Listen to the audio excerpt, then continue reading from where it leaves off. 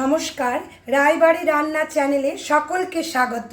আজকে আমি monsoon special একটা খুব টেস্টি রেসিপি বানাচ্ছি করলা দিয়ে।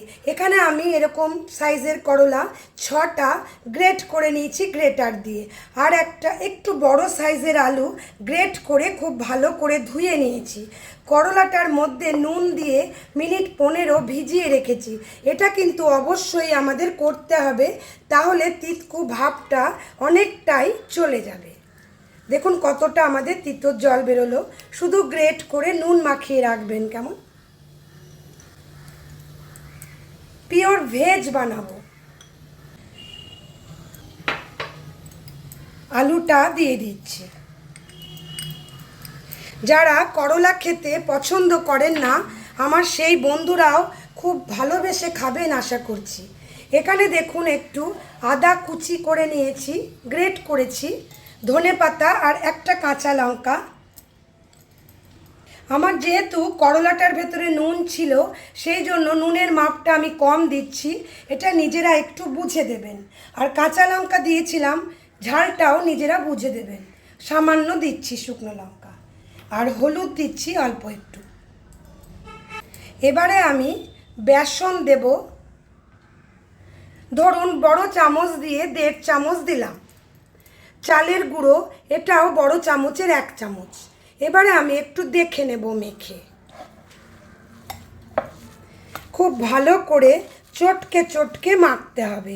এটা কিন্তু আমাদের অবশ্যই হাত দিয়ে করতে হবে। এখন যেরকম বৃষ্টি বাদলার দিন, আমাদের দেখবেন মুখরোচক জিনিস খেতে কিন্তু খুব ভালো লাগে। যেহেতু আলুর পরিমাণটা বেশি দিলাম দেখলেনই, সেজন্য আর উচ্ছের তিতটাও বার করে দিলাম। তিতকু ভাবটা আমাদের অনেকটাই কমে গেল। এবারে চলুন আমরা গ্যাসে গিয়ে টিকিয়াগুলো বানাই। এভাবে অনেকে করে নেন, আমি একদম গড়ে গড়েই চাটুর ওপরে দিয়ে দেব।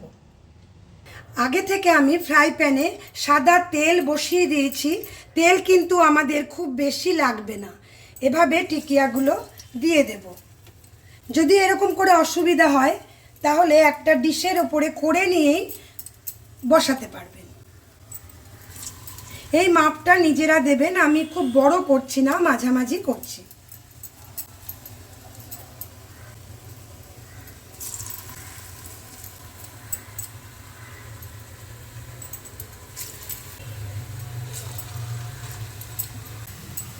শুধু উল্টো পাল্টা করলেই হয়ে যাবে। নিচ পিঠটা হয়ে গেলে উল্টে দেব। ফ্লেম কিন্তু একদম কমাবার এখানে আমাদের খুব দরকার নেই, মিডিয়াম টু হাইতে থাকলেই হয়ে যাবে। এভাবে ছেড়ে দিচ্ছি।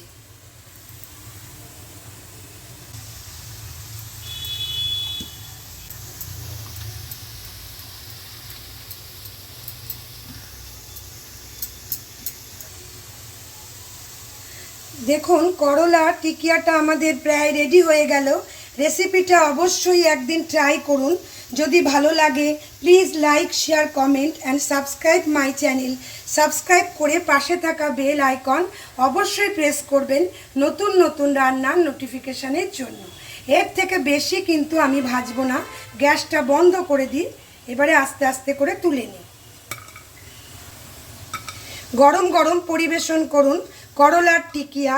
করলার উপকারিতাটা তো রইলই, আর কতটা যে টেস্টি সেটা একদিন বানালে বুঝতে পারবেন।